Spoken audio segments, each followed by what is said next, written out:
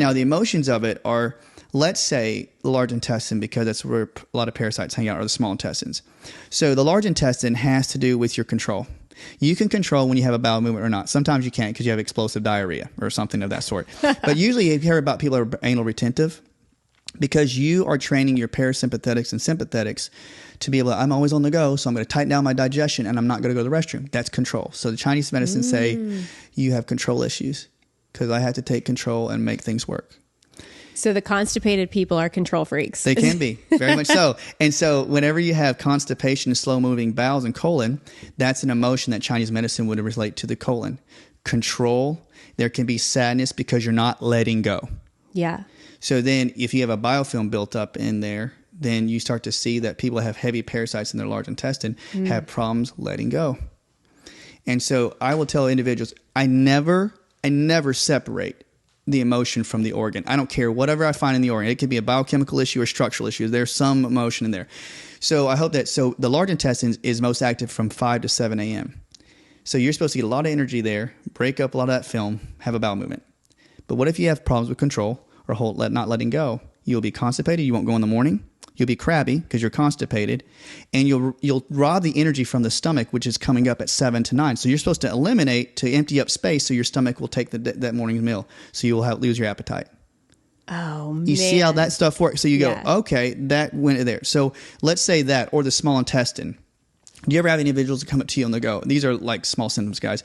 They'll look at you. I'm serious. They have like pimples or they have bumps on the back of their arms or on the back of their shoulders, and they say, I'll have a chronic breakout. That's all small intestinal meridian line. No way. So you find a kid that has little bumps on the back of their arms, like, what is it? He has SIBO, small intestinal bacterial overgrowth.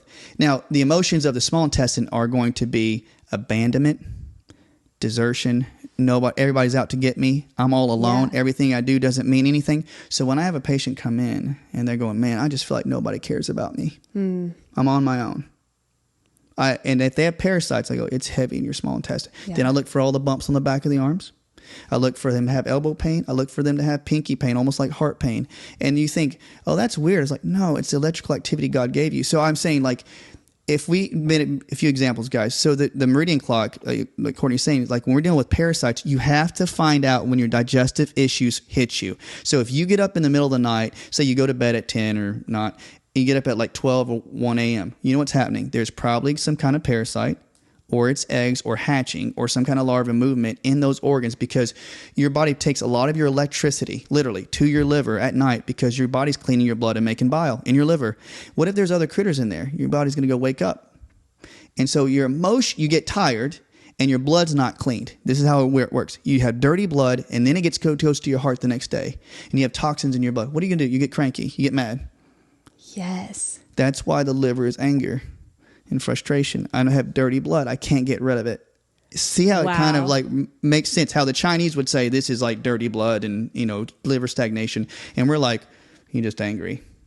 And he has liver. But in Western medicine, the problem with parasites is we don't find out about it until it's like too far gone in some sense, because we want to stop it off the path. When we talk about all our health stuff on Instagram, we're like, if you find the symptoms of getting up in the morning and you're angry and you can't go to sleep, you're up in the middle of the night, I automatically go, liver.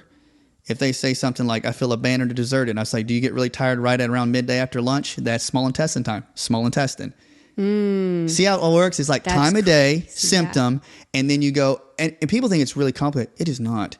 You just look at a clock, see if you have a symptom at that time, look at the meridian lines and see if the symptoms occur on that line, if you have a rash, eczema, something like that.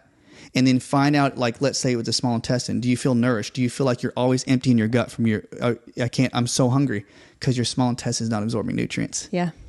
See, isn't it crazy fun how this all works out? Yeah. So I feel like, so do you start with the question of the emotions, or do you start with the clock? And like, what's the sequence in which you're thinking about it? Because now I'm beginning to think like, okay, I need to like look this up and see what the patterns are so I can start to put that together. I think there's two ways, but I always try to start with their emotions. Okay. Because people, unless you're very numb to the way you feel, if you have an individual who's like, I'm not going to open up myself to know how I think, then I go with this time of the symptom.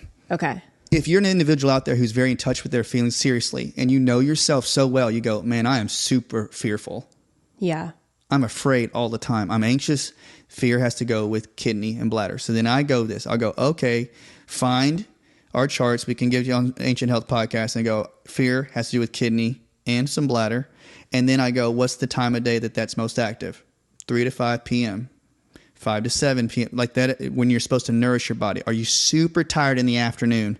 Or do you have UTIs constantly because that's kidney? Or do you have yellow pee? Do you have hot pee? Do you urinate like frequently? Get up in the middle of the night. And then I go fearful. I go, there it is. Wow. So you can actually not diagnose yourself, but you can actually, if you've taken a good assessment, you go, oh man, I must have a kidney infection. Yeah. See, you think some people out there are going to be like, dude, that's easy for you to say because you do this all day. Yeah. But if you really look at the charts and look, I say keep it simple. So look at your emotions. Look at the time of day you have your symptoms. The organ that's associated with, do you have symptoms associated with that organ? Yeah. So when people come in, like in Chinese medicine, like when they have symptomatology, they'll say like, well, I have frequent urination. I have constipation mixed with diarrhea, and then I go from that, I'll go and I ask them the question about their emotions. If they urinate a lot, it's like, do you get fearful a lot? Are you afraid of stuff? Yeah. They go, yep. And then you go back generations, you go, did your mom or your dad make you afraid? And that's when it gets really interesting.